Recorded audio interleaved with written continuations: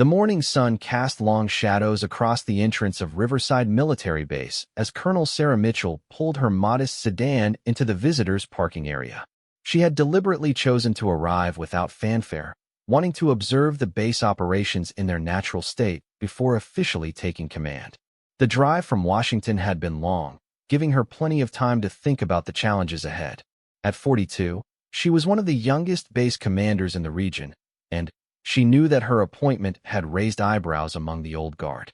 Sarah stepped out of her car, smoothing down her civilian clothes. She wore simple black pants and a navy blazer, her dark hair pulled back in a neat ponytail. She had left her uniform packed in her luggage, planning to change once she reached the commander's quarters. The base was already bustling with activity, soldiers moving with purpose across the grounds, vehicles rumbling past, and the distant sound of morning drills echoing from the training fields. As she approached the main gate, she noticed two guards standing at attention. They were young, probably in their early 20s, with crisp uniforms and alert expressions. The taller one had sergeant stripes on his sleeve, while his companion wore the insignia of a corporal. Both carried themselves with the rigid discipline expected of gate security personnel. Sarah reached into her bag for her identification, but before she could present it, the sergeant stepped forward with his hand raised in a stopping motion. His face was professional but firm, showing no hint of recognition or special deference. "Good morning, ma'am," he said, his voice carrying the clipped tone of someone who had repeated these words 1,000 times. "This is a restricted military installation. Do you have authorized access?" Sarah smiled, appreciating their vigilance even as she prepared to identify herself. "Yes, I do. I'm here to report for duty. My name is Sarah Mitchell, and I'm the new base commander." The two guards exchanged quick glances, and Sarah noticed something shift in their expressions. It wasn't quite disbelief, but rather a kind of skeptical uncertainty. The sergeant's eyes swept over her civilian attire, taking in her unremarkable appearance and the lack of any military bearing in her current presentation. "Ma'am," the corporal spoke up, his tone respectful but doubtful. "We weren't notified of any VIP arrivals today. The new commander isn't scheduled to arrive until this afternoon, and we were told to expect a full motorcade and official escort." Sarah nodded, understanding their confusion. "I know. I decided to arrive early, and without the formal reception. I prefer to get a sense of the place before everyone knows who I am." The sergeant cleared his throat, clearly uncomfortable with the situation. "I understand, ma'am, but we have strict protocols. Without proper identification and advance notification, we cannot allow unauthorized personnel onto the base. I'm sure you understand our position." She reached for her military ID card, but as she pulled it from her wallet, she realized with a sinking feeling that it was her old identification from her previous posting. The new credentials, reflecting her current rank and assignment, were supposed to have been delivered to her hotel yesterday, but they had never arrived. Some bureaucratic mix-up in the personnel office, no doubt. She had meant to call about it, but had been too exhausted from the drive. "I have my identification here," she said, holding out the card. "But I should mention that it's from my previous assignment. My new credentials haven't been issued yet." The sergeant took the card, examining it carefully. His frown deepened as he studied the information. "Ma'am, this shows you as a lieutenant colonel stationed at Fort Henderson. There's no indication here that you're authorized for access to Riverside Base, and certainly nothing that indicates you're our new commander." Sarah felt a flicker of frustration, but kept her voice calm and steady. "I understand this is irregular. If you call the personnel office or check with the outgoing commander's office, they can verify my identity and my appointment." The corporal had stepped back to his station and was already speaking quietly into his radio. Sarah could see him consulting a clipboard, his finger running down what appeared to be a list of expected arrivals. After a moment, he shook his head at his partner. "Sir," the corporal reported, "there's no Sarah Mitchell on today's access list. The only scheduled arrival is Colonel S. Mitchell at 1400 hours with a full security detail." "That's me," Sarah insisted, her patience beginning to wear thin despite her best efforts. "S. Mitchell. Sarah Mitchell. I'm just arriving earlier than planned, and without the security detail." The sergeant's expression remained unchanged, professional but immovable. "Ma'am, I appreciate your understanding, but our orders are clear. Without proper authorization on the access list, and without valid credentials for this installation, we cannot permit entry. Security protocols exist for a reason, and we cannot make exceptions, regardless of who someone claims to be." Sarah took a deep breath, reminding herself that these soldiers were simply doing their jobs exactly as they should. In fact, their strict adherence to protocol was commendable. Still, the situation was becoming increasingly awkward. Behind her, other vehicles were beginning to queue up, their occupants surely wondering what was causing the delay at the gate. "I respect that you're following procedures," she said, keeping her tone measured. "But I need to get onto this base. I have meetings scheduled, and I need to begin my transition into command. Surely there's a way to verify my identity and authorization." The sergeant consulted briefly with his partner before responding. "Ma'am, what I can do is contact the duty officer. He can review your credentials and make a determination. However, you'll need to wait in the visitors' holding area while we sort this out. It may take some time." The visitors' holding area turned out to be a small, austere room just inside the gatehouse, with concrete walls painted institutional beige, a few uncomfortable plastic chairs, and a single barred window overlooking the parking area. Sarah sat down, trying to maintain her composure as the minutes ticked by. Through the window, she could see the normal flow of base traffic, soldiers and civilian employees flashing their badges and driving through without a second glance. After what felt like an eternity, but was probably only 15 minutes, a young lieutenant arrived. He looked harried and slightly annoyed at having been pulled away from whatever task he had been working on. He introduced himself as Lieutenant Barnes, the assistant duty officer, and asked to see her identification again. "Ma'am," he said after examining her card, "I've checked our records, and I don't see any Colonel Mitchell assigned to this base. Are you certain you have the right installation? There's a Riverside Air Force base about 200 miles north. Perhaps there's been some confusion." Sarah closed her eyes for a moment, summoning every ounce of her military discipline to remain calm. "Lieutenant Barnes, I am certain I am at the correct base. I am Colonel Sarah Mitchell, and I have been appointed as the new commanding officer of Riverside Military Base. My appointment was confirmed by the Department of Defense 3 weeks ago. I have the orders on my phone if you'd like to see them." She pulled out her smartphone and opened her email, scrolling through until she found the official notification. She handed the phone to Barnes, who read through the message with growing uncertainty in his eyes. "This appears legitimate," he admitted slowly, "but I still need to verify this through proper channels. Our current acting commander, Colonel Peterson, should be able to confirm or deny this information. However, he's currently off base at a regional meeting and won't be back until this afternoon. What about his office staff?" Sarah suggested, trying to keep the exasperation out of her voice. "Surely someone there can verify my appointment." Barnes nodded, looking relieved to have a concrete action to take. "That's a good idea, ma'am. Let me make a call to the commander's office. Please wait here." He disappeared, leaving Sarah alone once more in the holding room. She stood and paced, her mind racing through the absurdity of the situation. Here she was, a decorated officer with 20 years of service, being held at the gate of the very base she was meant to command. Part of her wanted to be angry, to pull rank and demand immediate access, but a larger part recognized that this was actually a valuable, if unintended, test of the base's security protocols. Through the window, she noticed that a small crowd had begun to gather near the gatehouse. Word was apparently spreading that someone claiming to be the new commander was being held at the gate. She could see soldiers whispering to each other, pointing in her direction. Some faces showed amusement, others concern, and a few displayed barely concealed skepticism.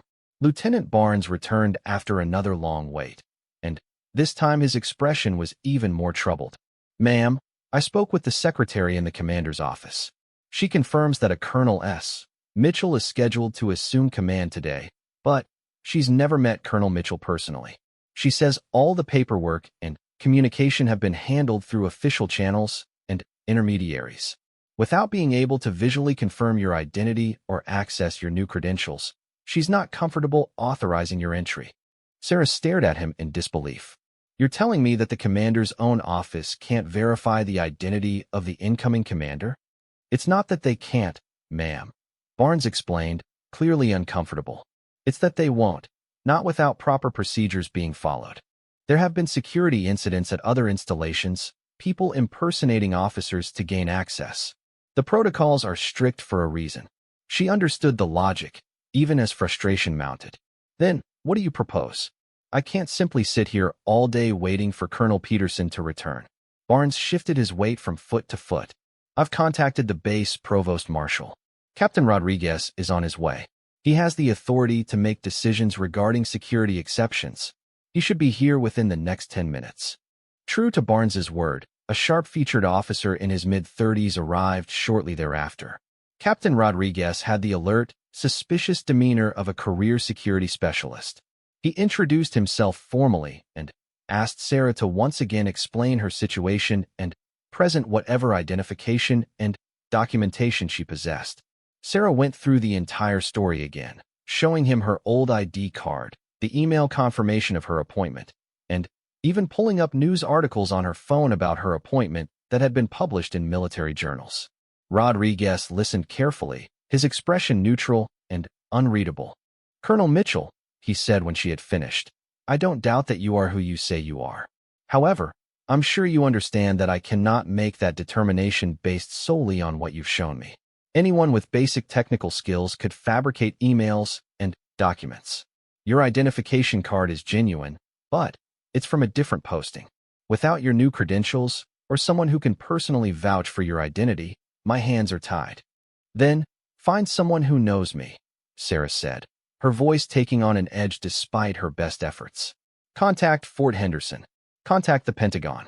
Contact someone who can verify that I am Colonel Sarah Mitchell and that I am supposed to be here. Rodriguez nodded slowly. Those are all reasonable suggestions, and we're already working on them. However, you must understand that verifying identities through official military channels takes time. We need to go through secure communication lines, verify the identity of the people we're speaking with, confirm credentials. It's not a matter of simply making a phone call.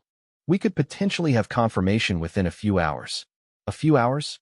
Sarah couldn't keep the frustration from her voice now. Captain Rodriguez, I am supposed to officially assume command at 1400 hours today. There's a ceremony planned, staff waiting to brief me, decisions that need to be made. I cannot afford to sit in a holding room for hours because of a bureaucratic mix-up. The captain's expression remained sympathetic, but firm. I understand your frustration, ma'am, truly I do. But security protocols cannot be compromised for convenience, not even for someone claiming to be the base commander.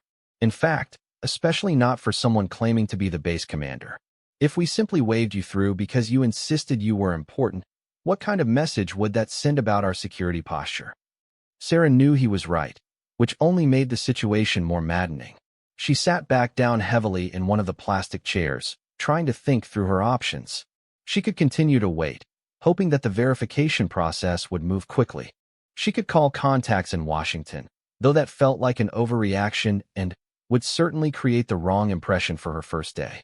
She could insist on speaking with Colonel Peterson via phone or video, though that would interrupt his meeting and, again, create an awkward situation. As Sarah sat contemplating her limited options, she heard raised voices outside the holding room. Through the window, she could see that the crowd near the gatehouse had grown considerably. What had started as a handful of curious onlookers had swelled to perhaps 30 or 40 people, a mix of enlisted personnel and junior officers who had apparently heard about the situation and come to investigate. Captain Rodriguez excused himself to deal with the growing commotion, and Sarah could hear him through the thin walls, ordering the gathered soldiers to disperse and return to their duties. Most complied, but she noticed several lingering at a distance, still watching the gatehouse with obvious interest. The irony of the situation was not lost on Sarah. She had spent months preparing for this assignment, reading reports about Riverside Base, studying personnel files, familiarizing herself with the unit's mission and capabilities. She had carefully planned her first days, the meetings she would hold, the tours she would take, the tone she wanted to set as the new commander. Never in any of her preparations had she imagined that she would spend her first hours at the base locked in a holding room, unable to convince anyone of her identity. Lieutenant Barnes returned with a bottle of water and an apologetic expression. "Ma'am, I thought you might be thirsty. I'm sorry this is taking so long. We're doing everything we can to expedite the verification process." Sarah accepted the water gratefully. "Thank you, Lieutenant. I know you're all just doing your jobs. It's not your fault that the system has created this situation. If I may speak candidly, ma'am," Barnes said, lowering his voice slightly. "I believe you are who you say you are. The problem is that belief isn't enough when it comes to base security. We need confirmation, and the people who could provide that confirmation are, for various reasons, currently unavailable or unable to do so quickly." "I appreciate your honesty," Sarah replied. "Tell me, Lieutenant, if you were in my position, what would you do?" Barnes considered the question carefully before answering. "Honestly, ma'am, I would probably do exactly what you're doing. Wait patiently, cooperate with security, and trust that the system will eventually sort itself out. Getting angry or demanding special treatment would only make things worse and create a negative first impression with the base personnel." Sarah smiled despite herself. "You're wise beyond your years, Lieutenant Barnes. I hope you'll consider applying for officer advancement programs. The military needs thoughtful people like you in leadership positions." Before Barnes could respond, Captain Rodriguez returned, and this time he had someone with him. The new arrival was a master sergeant in his 50s, with graying hair and the weathered face of someone who had spent decades in uniform. His uniform was decorated with an impressive array of ribbons and badges, marking him as a highly experienced soldier. "Colonel Mitchell," Rodriguez said, "this is Master Sergeant William Chun. He's been stationed at Riverside for 15 years and serves as the senior enlisted advisor to the base commander. I thought perhaps he might be able to assist with the identification issue." Chun stepped forward, his eyes carefully studying Sarah's face. She stood to meet him, and for a long moment, they simply looked at each other. Then, slowly, Chun's expression changed from careful scrutiny to recognition, followed by something that looked almost like relief.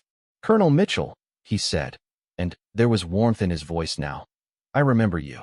Not from here, but from a joint training exercise at Fort Benning about 8 years ago. You were a major then, running one of the most impressive tactical simulations I've ever witnessed. My unit participated in that exercise." Sarah's mind raced back through her memories, trying to recall the exercise Chun was referencing. Then it clicked. The urban warfare scenario. Your team played the opposing force. You gave us a much harder fight than we expected. I remember thinking that your experience and tactical knowledge made all the difference. Chun nodded, a slight smile crossing his face. "That's right, ma'am. You even mentioned it in the after-action review. You said that real experience trumps theoretical knowledge every time, and that the exercise had been more valuable because we pushed your people hard." Captain Rodriguez looked between them, his expression cautious but hopeful. "Master Sergeant, are you certain this is the same officer?" "Absolutely certain, sir," Chun replied without hesitation. "I never forget a face, and I certainly wouldn't forget someone who ran such an effective training operation. This is definitely Colonel Sarah Mitchell." Rodriguez considered this information, clearly weighing his options and responsibilities. Finally, he nodded. "Master Sergeant Chun is one of the most trusted and reliable soldiers on this base. If he can personally vouch for your identity, that's sufficient for me to authorize your entry while we continue the formal verification process through official channels." Sarah felt relief wash over her, but it was tempered by the realization of how close she had come to spending half the day trapped in bureaucratic limbo. "Thank you, Master Sergeant Chun. I'm grateful that our paths crossed all those years ago." "The pleasure is mine, ma'am," Chun responded. "Though I have to say, this is quite an unusual way to begin your command. The story of the new commander being held at the gate is probably already spreading through the entire base." He was right, of course. As Sarah finally walked through the gate and onto the base proper, she could feel eyes on her from every direction. Small groups of soldiers paused in their activities to watch her pass. Some looked curious, others amused, and a few appeared embarrassed on behalf of the base. Master Sergeant Chun had offered to escort her to the commander's quarters, and, as they walked, he provided a running commentary on the various buildings and facilities they passed. Sarah appreciated his professionalism. The way he had smoothly transitioned from her identifier to her escort without making the situation more awkward than it already was. I hope you won't judge the base too harshly based on this morning's events, ma'am, Chin said as they walked. The guards were following protocol exactly as they should. In a way, this incident demonstrates that our security procedures are solid, even if they created an uncomfortable situation. I completely agree, Sarah assured him. In fact, I'm pleased that the guards didn't simply take my word for it. Too many installations have become lax about security, assuming that anyone who acts confident and authoritative must be legitimate. Your people maintained their discipline and followed the rules, which is exactly what they should have done. They arrived at the commander's quarters, a modest but well-maintained building near the center of the base. Chin helped her retrieve her luggage from her car, which had been brought around by one of the gate guards, and showed her through the residence. It was functional rather than luxurious, with a small office, a bedroom, a basic kitchen, and a sitting area. The walls were painted neutral colors, and the furniture was government issue, but comfortable. The previous commander moved out last week, Chin explained. The quarters have been cleaned and prepared for your arrival. If you need anything, ma'am, just let me know. I've taken the liberty of having your dress uniform pressed and ready. I assumed you'd want to change before the formal ceremony this afternoon. Sarah was impressed by his foresight and attention to detail. Thank you, Master Sergeant. That's exactly the kind of initiative that makes a base run smoothly. After Chin departed, promising to return an hour before the ceremony, Sarah took a few moments to simply stand in her new quarters and let the reality of her situation sink in. She had finally arrived, had finally gained access to the base she would command, but the day had not gone at all as planned. She wondered how many people now knew about the incident at the gate and what they were saying about their new commander who couldn't even get past the guards. She unpacked her bags, hanging her uniforms in the closet and arranging her personal items around the quarters. As she worked, her mind kept returning to the morning's events. There would be lessons to learn from this experience, insights to be gained about the base's operations and culture. The fact that the guards had stood firm in the face of someone claiming to be their commanding officer spoke well of the base's security training. The fact that it had taken hours to resolve the situation suggested that the communication and verification procedures needed improvement. Her phone rang, breaking her contemplation. The caller ID showed a Pentagon number, and she answered promptly. Colonel Mitchell, this is General Harrison, the voice on the other end said. General Harrison was the regional commander, technically her superior in the chain of command. I just heard about the incident at the gate this morning. I wanted to check in and make sure everything is sorted out. Sarah chose her words carefully. Yes, sir, everything has been resolved. It was an unfortunate mix-up with credentials and advance notification, but the base security personnel handled it appropriately. I'm glad to hear you're taking it in stride, Harrison replied. I also wanted to inform you that your new credentials have been located. They were apparently sent to the wrong hotel. They'll be delivered to you within the hour. My apologies for the administrative error that contributed to this morning's confusion. Thank you, sir. I appreciate you following up on that. Colonel Mitchell, Harrison continued, his tone becoming more serious. This incident, while awkward, may actually work in your favor. The base personnel will remember that you didn't pull rank, didn't throw a fit, and didn't compromise security protocols even when they worked against you. That's the kind of character that earns respect in the military. After the call ended, Sarah sat down at the small desk in her office area and pulled out her notebook. She had always been someone who processed experiences by writing about them, and the morning had certainly given her plenty to process.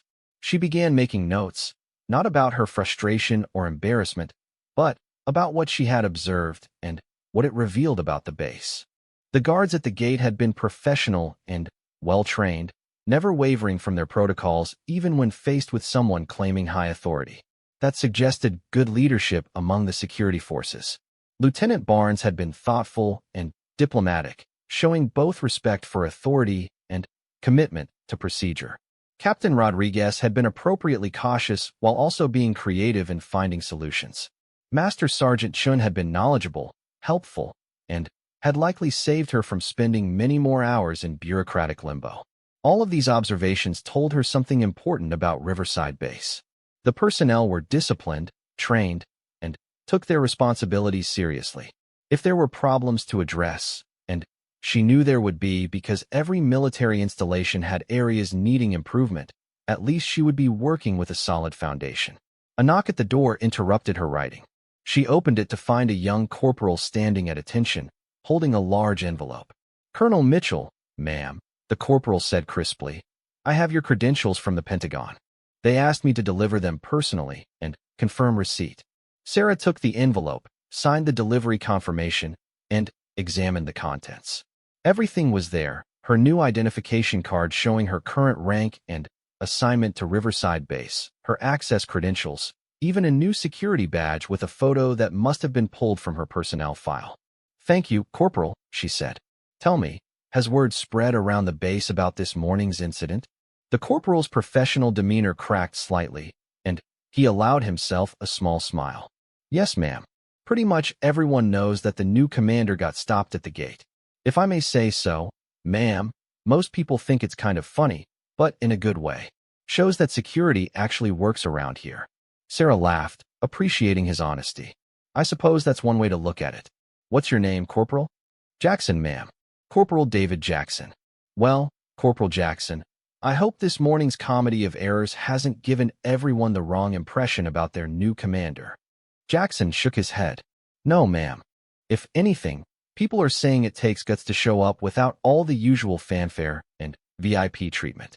Some of the other officers who have come through here, they arrive with big motorcades and expect everyone to roll out the red carpet. You just drove up in a regular car wearing civilian clothes. That's different, in a good way." After Jackson left, Sarah returned to her preparations for the afternoon ceremony. She showered and changed into her dress uniform, carefully arranging her ribbons and insignia. As she looked at herself in the mirror, she barely recognized the put-together officer staring back at her. Just a few hours ago, she had been a frustrated woman in civilian clothes, stuck in a holding room. Now she looked every inch the base commander she was meant to be. Master Sergeant Chun returned exactly on time, and together they walked toward the parade ground where the change of command ceremony would take place. As they walked, Sarah could see preparations in full swing. Bleachers had been set up for spectators, flags were being positioned, and a military band was warming up with soft scales and short musical phrases. The parade ground was filling rapidly with soldiers in their dress uniforms, standing in precise formations. Sarah could see officers and senior enlisted personnel gathering near the reviewing stand, and beyond them, the bleachers were filling with family members, civilian employees, and off-duty personnel who had come to witness the ceremony. Colonel Peterson, the outgoing commander, was already present, speaking with General Harrison, who had apparently arrived for the ceremony. Peterson was a tall man in his late 50s, with silver hair and the bearing of someone who had spent his entire adult life in uniform. When he saw Sarah approaching, his expression was difficult to read, a complex mix of formality, curiosity, and something that might have been amusement. "Colonel Mitchell," he said, extending his hand as she drew near. "Welcome to Riverside Base. I understand you've already had quite an interesting morning." Sarah shook his hand firmly. "Yes, sir. Your security personnel performed admirably, even if it meant I spent a few hours waiting in a holding room." Peterson's stern expression cracked into a genuine smile. "Master Sergeant Chen briefed me on the situation. I have to say, in all my years of military service, I've never heard of an incoming commander being stopped at their own gate. But I've also never seen a commander handle such a situation with as much grace and professionalism as you apparently did." General Harrison joined them, his handshake equally firm. "Colonel Mitchell, it's good to finally meet you in person. I've reviewed your record extensively, and you're exactly the kind of officer we need leading this base. The morning's incident aside, are you ready to assume command?" "I am, sir," Sarah replied without hesitation. "I'm honored by the trust you've placed in me, and I'm eager to begin working with the men and women of this installation." The ceremony itself was traditional and formal, following the protocols that had been established over decades of military tradition. The troops stood at attention as the band played ceremonial music. Speeches were given by General Harrison and Colonel Peterson, both speaking about the importance of leadership, the strength of the base, and the transition of responsibility from one commander to another. When it was Sarah's turn to speak, she stepped to the podium and looked out at the assembled troops. Hundreds of faces looked back at her, some openly curious, others carefully neutral. She knew that many of them had heard about the morning's incident, and she made a split-second decision to address it directly rather than pretending it hadn't happened. "Good afternoon," she began, her voice clear and confident. "I stand before you today both honored and humbled to assume command of Riverside Military Base. I've spent the past several months preparing for this moment, studying the base's mission, reviewing personnel files, and planning how I might best serve you and this installation." She paused, allowing a slight smile to cross her face. "However, I must confess that my preparations did not include a contingency plan for being denied entry at the main gate." A ripple of laughter ran through the assembled troops, and Sarah saw many of the tense expressions relax into grins. Even General Harrison and Colonel Peterson were smiling. "This morning's incident was certainly not how I envisioned beginning my command," she continued. "But it taught me something valuable about this base. It taught me that the soldiers here take their responsibilities seriously, that they follow protocols even when it might be easier or more convenient to bend the rules. The guards at that gate did not know me, had no reason to trust my word, and chose to follow established security procedures rather than make an exception for someone claiming authority." She looked directly at the area where she could see the two guards who had stopped her, both standing at rigid attention, their faces revealing nothing but professional composure. "I want to publicly commend those guards for their adherence to duty. In a world where security threats are real and constant, we need soldiers who will not compromise, who will not assume, and who will not be swayed by claims of authority without proper verification." What seemed like an obstacle this morning was actually a demonstration of the discipline and professionalism that I hope to see throughout my tenure as your commander.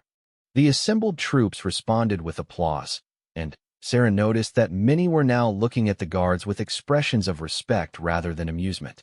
The two young soldiers maintained their military bearing, but she could see slight color rising in their cheeks. Whether from embarrassment or pride, she couldn't quite tell. "I come to Riverside with 20 years of military experience," Sarah went on, her tone becoming more serious. "I've served in multiple theaters, led troops in challenging environments, and worked at various levels of command. But I also come here recognizing that I have much to learn about this specific base, its unique challenges, and its particular strengths. I pledge to you that I will listen more than I speak, especially in these early days.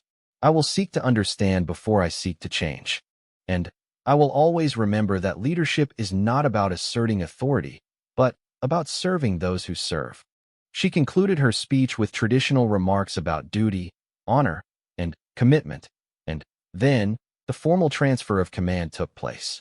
Colonel Peterson symbolically passed the base colors to General Harrison, who then passed them to Sarah. It was a simple gesture, but one heavy with meaning, representing the transfer of responsibility and authority from one officer to another. As the ceremony concluded and the troops were dismissed, Sarah found herself immediately surrounded by well-wishers. Officers introduced themselves, offering congratulations and promising their support.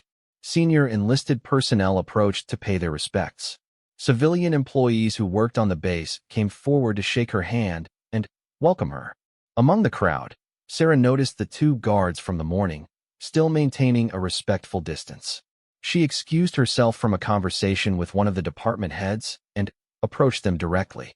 "Sergeant," she said to the taller guard, "what's your name?"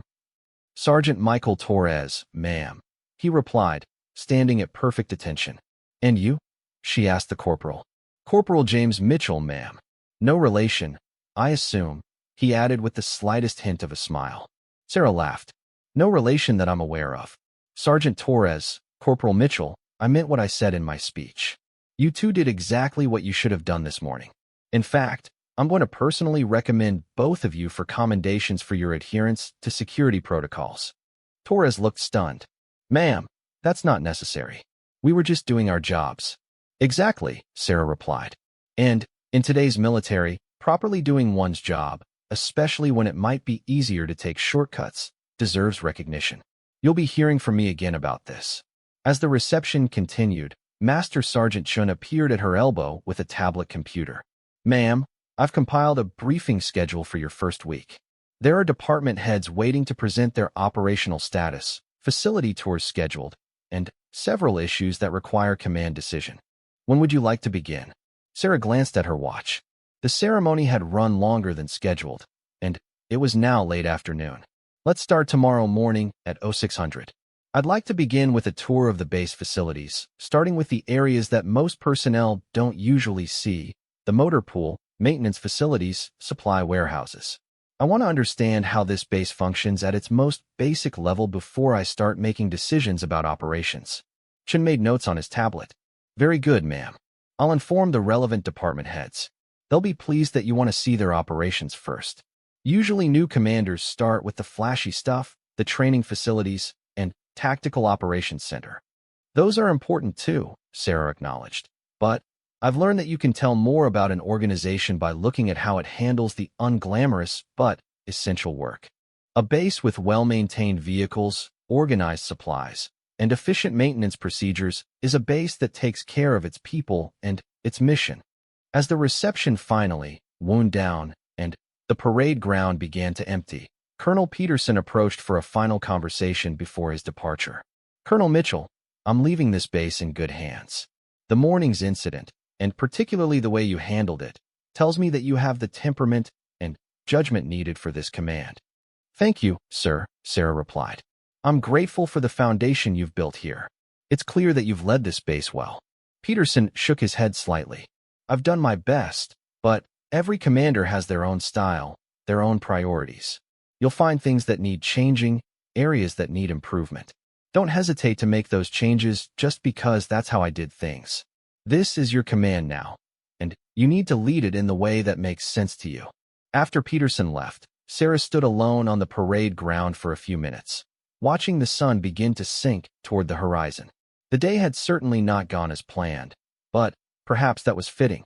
Military service was often about adapting to unexpected situations, maintaining composure when plans fell apart, and finding ways to turn obstacles into opportunities.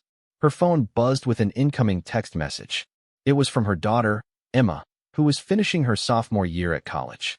The message was brief but warm and said, "Congratulations on the new command, Mom. Dad told me about the gate incident. Only you could turn getting stopped by security into a leadership moment. Love you." Sarah smiled as she typed a reply. She had been divorced for 5 years, but she and her ex-husband had maintained a cordial relationship, primarily for Emma's sake. The fact that he was sharing news with their daughter was typical of his continued involvement in family matters, despite the divorce.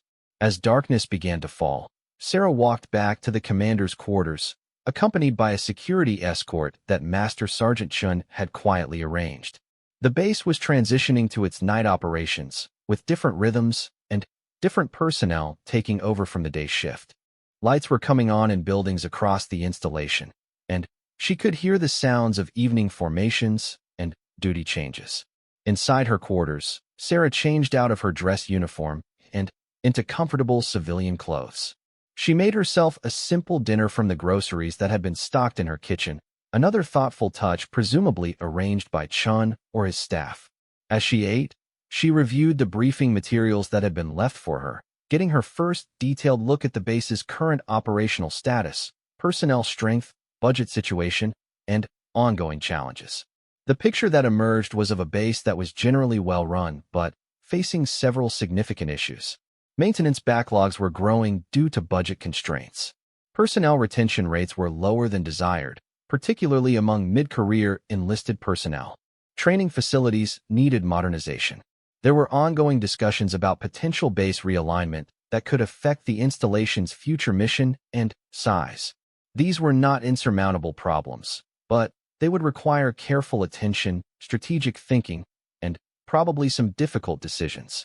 Sarah made notes as she read, marking items that needed immediate attention versus those that could be addressed over time. She was beginning to form a mental picture of her priorities for the coming weeks and months. Around 10 o'clock, there was a knock at her door. She opened it to find Master Sergeant Chun. looking apologetic for the late visit. "I'm sorry to disturb you, ma'am," he said. "But there's a situation that requires your attention. One of our soldiers, Private First Class Anderson, was involved in an off-base incident earlier this evening. Local police have him in custody, and they're requesting that a commanding officer come to the station to discuss the matter." Sarah felt her first day as commander stretching even longer, but she didn't hesitate.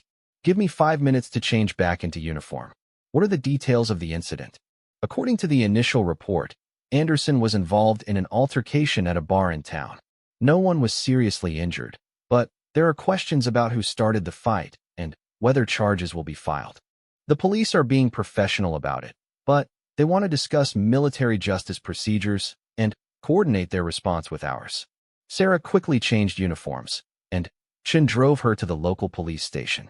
The drive took about 20 minutes, and Chin used the time to brief her more fully on Private Anderson's record.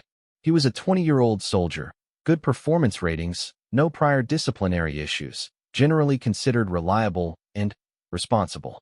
At the police station, Sarah was met by the duty sergeant, a middle-aged officer named Williams who treated her with professional courtesy. He led her to a conference room where she met with the detective investigating the incident, Detective Ramirez. Detective Ramirez was a sharp-eyed woman in her 40s who got straight to business. She explained that Private Anderson had been at a local bar with several friends when another patron began making aggressive and disparaging comments about the military. According to witnesses, Anderson had initially ignored the provocations, but when the other man became increasingly hostile and began physically pushing him, Anderson had defended himself. The video from the bar's security cameras supports Anderson's version of events, Ramirez explained, turning a laptop around to show Sarah the footage. "You can see here that the other individual, a Mr. Kenneth Russo, was clearly the aggressor. Anderson tried to walk away multiple times before the physical confrontation began. When Russo shoved him, Anderson responded with what appears to be appropriate defensive force. However, Russo is claiming that Anderson started the fight and used excessive force." Sarah watched the video carefully, her trained eye noting Anderson's body language, his attempts to de-escalate, and his measured response when finally forced to defend himself. "What's Russo's condition?"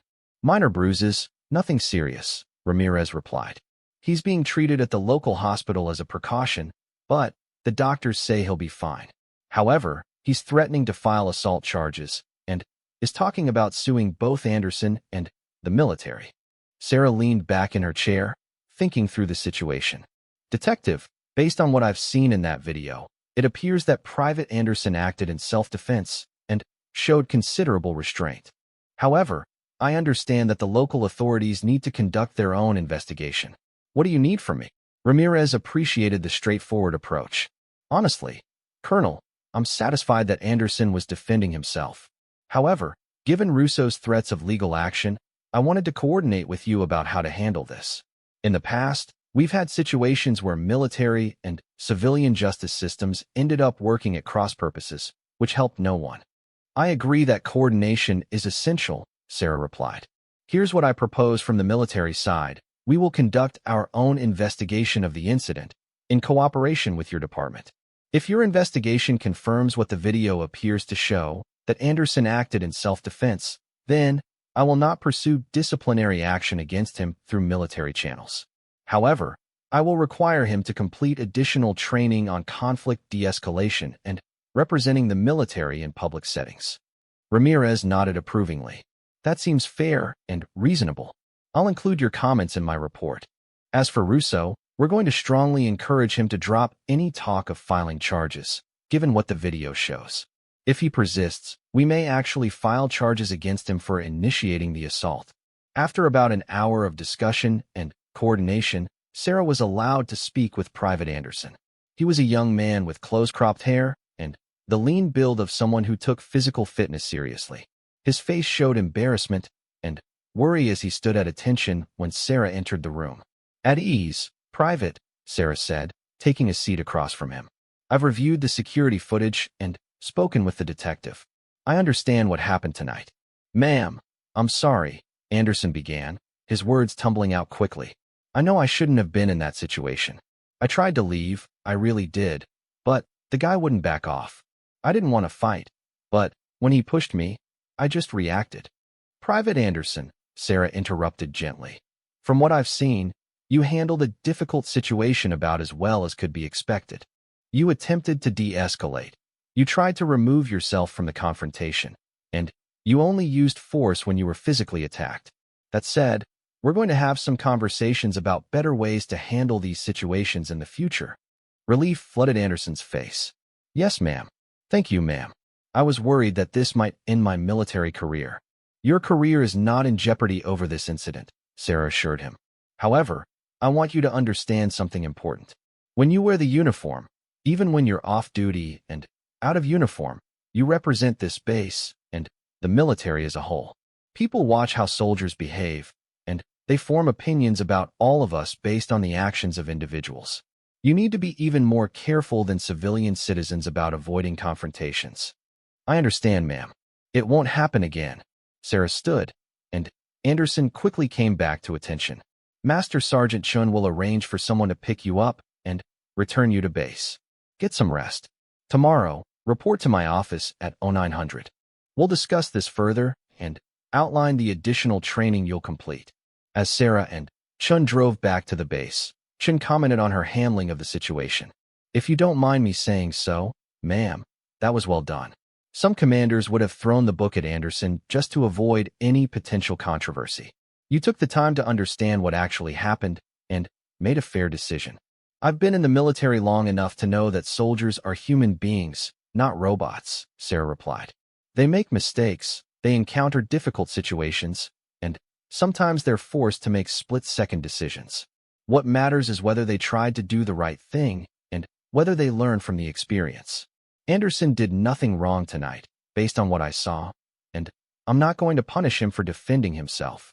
It was nearly midnight by the time Sarah finally returned to her quarters. She was exhausted, both physically and mentally, from a day that had begun with her arrival at the base gate more than 16 hours earlier. So much had happened in that time. The incident at the gate, the change of command ceremony, the reception, the evening call about Private Anderson. She felt as though she had lived through a week's worth of experiences in a single day. As she prepared for bed, her phone rang one more time. This time it was her younger brother, Michael, who was a civilian working in the tech industry in California. Hey, congratulations on the new command, Michael said when she answered. I saw the ceremony streaming online. Very official and impressive. They streamed it. Sarah asked, surprised. Yeah, the base has a public affairs page that live streams major events. I watched the whole thing, including your speech about getting stopped at the gate. That took guts, acknowledging that publicly. Most people would have tried to pretend it never happened. It didn't seem right to pretend it hadn't occurred when everyone knew about it, Sarah explained. Better to address it directly and turn it into a teaching moment. They talked for a few more minutes about family matters before Michael asked the question she had been expecting. So, big sister, now that you're a base commander, are you finally going to slow down and think about life after the military? You've been saying for years that you might retire soon. Sarah looked around her new quarters, thinking about the responsibilities she had just assumed, the soldiers she was now responsible for, and the challenges that lay ahead. Honestly, Michael, I don't know. This morning, getting stopped at the gate, I wondered if it was some kind of sign that I didn't belong here. But now, after everything that's happened today, I feel like I'm exactly where I'm supposed to be. After ending the call, Sarah finally crawled into bed. She set her alarm for 5 in the morning, wanting to be up early for her first full day as commander. As she closed her eyes, her mind was already racing ahead to tomorrow's schedule. The facility tours, the meetings with department heads, the conversations with soldiers, the decisions that would need to be made. Her first day had been nothing like she had planned, but it had been memorable and educational. She had learned that her new base had strong security protocols, professional personnel, and a culture that valued discipline and duty. She had also learned that she would need to address communication issues, modernization needs, and personnel challenges. Most importantly, she had learned that leadership moments could arise unexpectedly, and that how she handled those moments would define her command more than any formal ceremony or official action. As sleep finally claimed her, Sarah Mitchell felt a sense of peace. She was a base commander now, not just in title but in reality. Tomorrow, the real work would begin. Tonight, she could rest knowing that despite all the unexpected challenges of her first day, she had handled them with professionalism, grace, and good judgment. The soldiers of Riverside Military Base were watching their new commander, forming their opinions, deciding whether to trust her leadership. She had made a good first impression, one built not on authority or ceremony, but on character and common sense. The morning sun would rise early, bringing new challenges, new opportunities, and new responsibilities. But Sarah was ready. She had faced adversity before, had overcome obstacles, had led soldiers through difficult times. This command would be no different. She would make mistakes, certainly, would face setbacks and challenges, but she would face them with the same determination and integrity that had brought her this far. In the darkness of her quarters, on her first night as commander of Riverside Military Base, Colonel Sarah Mitchell slept the sleep of someone who had earned their rest through a long and eventful day. Tomorrow would bring its own trials, but she would meet them with confidence, knowing that she belonged here, that she was ready for this responsibility, and that the soldiers under her command deserved a leader who would listen, learn, and lead with both strength and compassion. The incident at the gate, which had seemed like such a disaster when it was happening, now appeared in a different light. It had been her introduction to the base, her first test of character, and her first opportunity to demonstrate the kind of leader she intended to be. She had passed that test, not by asserting her authority or demanding special treatment, but by accepting the situation with grace, working within the system, and ultimately turning an embarrassing moment into a teaching opportunity. As she drifted off to sleep, Sarah's last conscious thought was that she was grateful for those two guards at the gate. Their strict adherence to protocol had given her an unexpected gift, the chance to show her new command that their leader was someone who respected rules, valued security, and understood that authority must be earned through actions, not simply claimed through rank. It was a lesson she would not forget, and one she hoped would set the tone for her entire tenure as commander. The base was quiet now, most of its personnel asleep in their barracks or homes, a few working the night shift to keep essential operations running. Tomorrow, when the sun rose and the base came back to full activity, they would be working under new leadership, following a commander who had proven on her very first day that she was worthy of their trust and respect. And that made all the difference. Sarah Mitchell's command of Riverside Military Base had begun not with a grand entrance or ceremonial fanfare, but with a moment of humility and humanity at the main gate. It was an unconventional start to a command, but perhaps it was exactly the right beginning for the kind of leader she intended to be. Time would tell how her command would unfold, what challenges would arise, and what accomplishments would be achieved. But whatever lay ahead, she would face it with the same strength of character that had been revealed on this remarkable first day. The guards at the gate had asked her a simple question that morning: "Do you have authorized access?" In that moment, the answer had been no. But through patience, professionalism, and perseverance, she had gained not just access to the base, but something far more valuable: the respect of the men and women she would lead, and the foundation of trust upon which effective leadership must always be built. That was worth far more than any smooth, problem-free arrival could have provided. As the night deepened and the base settled into the quiet rhythms of darkness, a new era had begun for Riverside Military Base. It had started with an unexpected obstacle, but that obstacle had revealed the character of both the base's personnel and its new commander. In the days, weeks, and months to come, there would be many more challenges and many more opportunities for leadership. But the foundation had been laid, built not on rank or authority alone, but on mutual respect, shared values, and a commitment to doing things the right way, even when the right way was the harder way. Colonel Sarah Mitchell's first day as base commander was over, but her command was just beginning. And thanks to the unlikely events at the gate that morning, it was beginning on exactly the right foundation. The alarm clock sounded at 5 in the morning, pulling Sarah from a deep sleep. For a moment, she was disoriented, unsure of where she was. Then, memory flooded back. She was in the commander's quarters at Riverside Military Base. Yesterday's chaotic first day felt almost dreamlike now, but the responsibilities waiting for her were very real. She showered quickly and dressed in her working uniform, the standard camouflage pattern worn for daily operations. As she looked at herself in the mirror, she thought about how different this moment was from yesterday morning. 24 hours ago, she had been preparing to arrive at the base for the first time, nervous and excited about her new command. Now she was preparing for her first full day actually commanding, and she felt a renewed sense of purpose and determination. Master Sergeant Chin arrived at her quarters at precisely 5:30, as they had arranged. He carried 2 cups of coffee from the base dining facility and handed one to Sarah with a slight smile. "Good morning, ma'am," he said.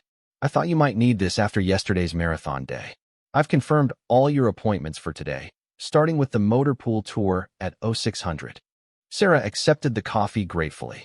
"Thank you, Master Sergeant. I appreciate your attention to detail. Tell me, how did the base react to yesterday's events overall? I'd rather hear the unfiltered truth than the official version." Chin considered his answer carefully. "Honestly, ma'am, the reaction has been overwhelmingly positive.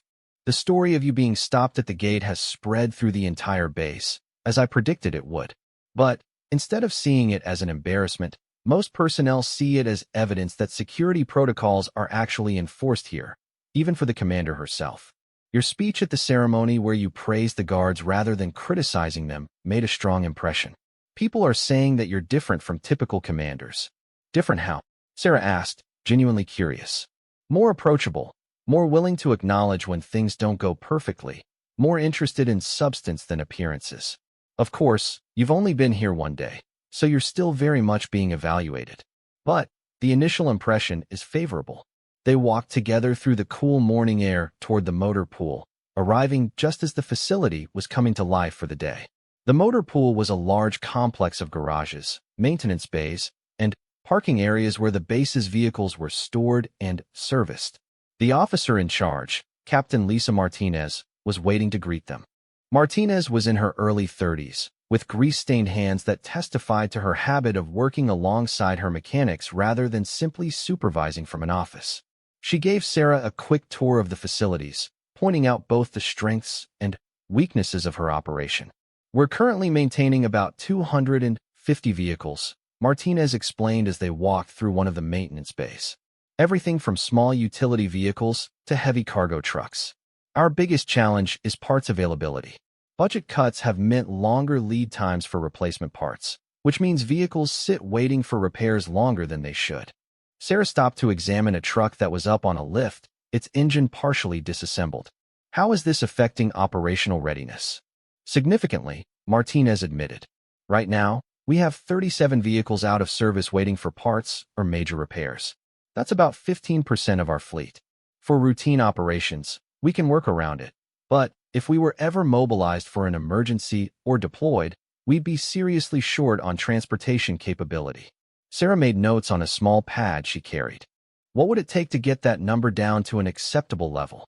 Martinez pulled out her own notebook, flipping to a page covered with detailed lists and calculations. "I've actually worked this out in detail. If I could get priority ordering for critical parts and an additional $20,000 in my maintenance budget for the next quarter, I could get us down to maybe 10 vehicles out of service, which is more manageable.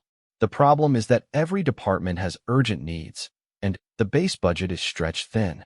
"I'll review your requirements and see what can be done," Sarah promised.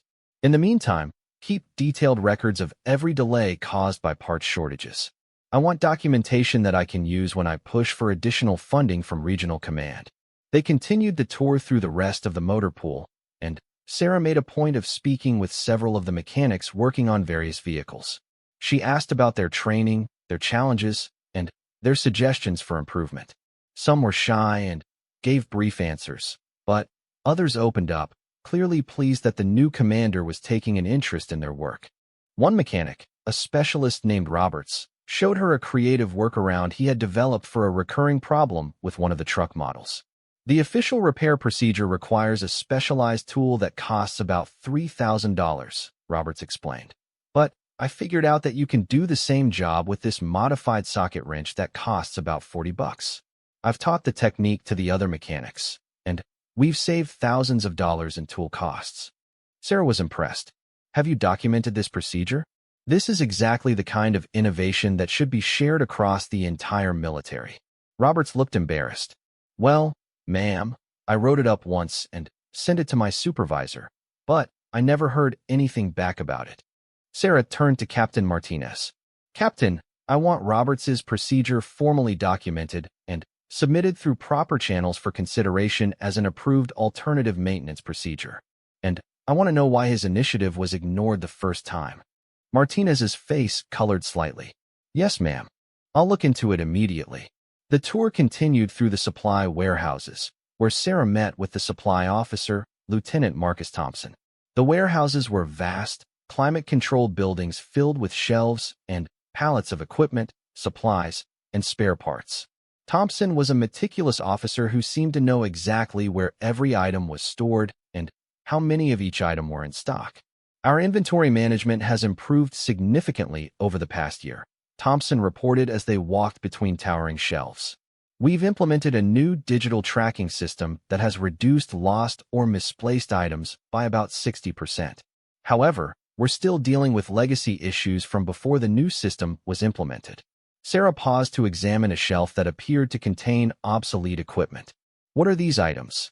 Those are components for a vehicle model that was retired from service 3 years ago, Thompson explained.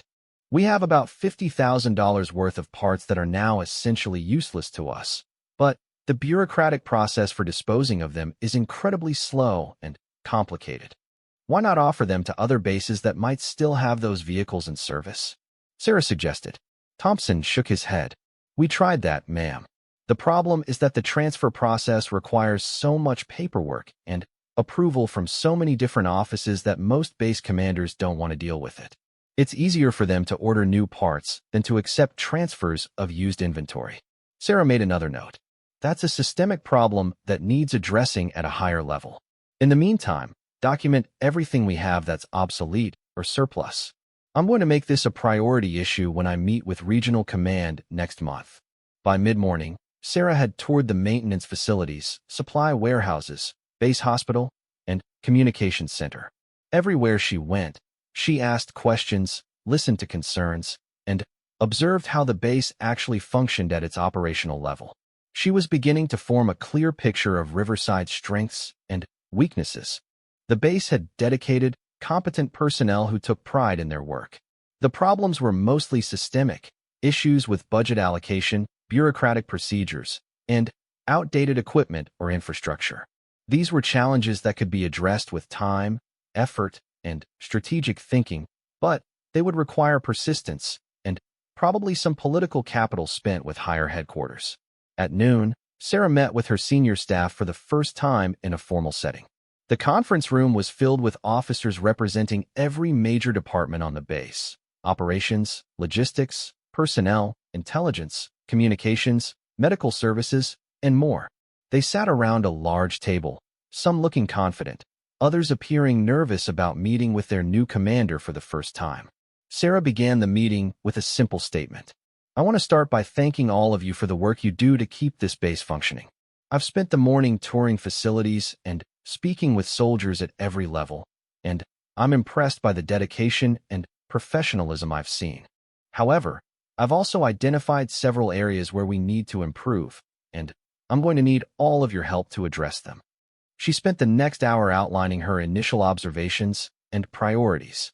She talked about the maintenance backlog in the motor pool, the supply chain issues in the warehouses, the need for better communication between departments, and the importance of recognizing and rewarding innovation at all levels.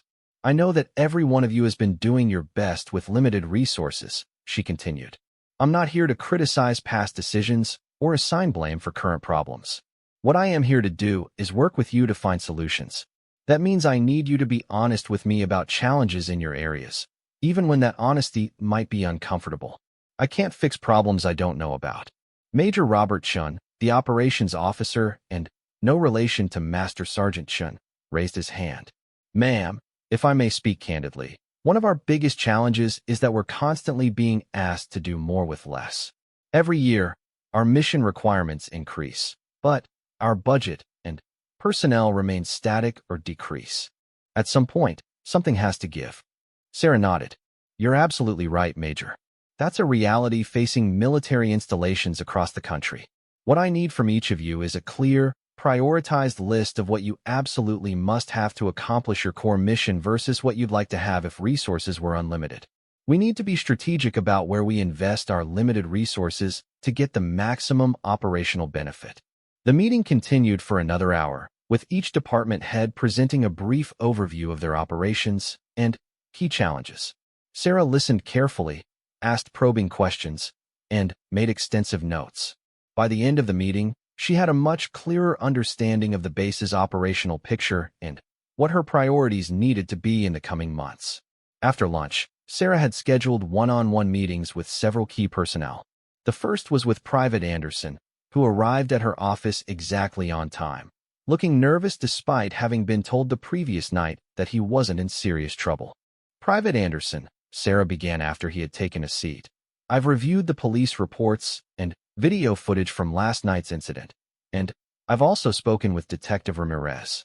Based on all available evidence, I'm satisfied that you acted in self-defense and showed appropriate restraint. However, I want to discuss with you how this situation could have been avoided entirely. Anderson relaxed slightly, but remained attentive. Yes, ma'am. I've been thinking about that a lot. Tell me what you think you could have done differently, Sarah prompted. Anderson thought for a moment before responding. I think I should have left the bar as soon as the guy started making hostile comments, before the situation escalated to the point where he felt emboldened to get physical. I kept thinking that if I just ignored him, he'd give up and leave me alone, but that just made him more aggressive.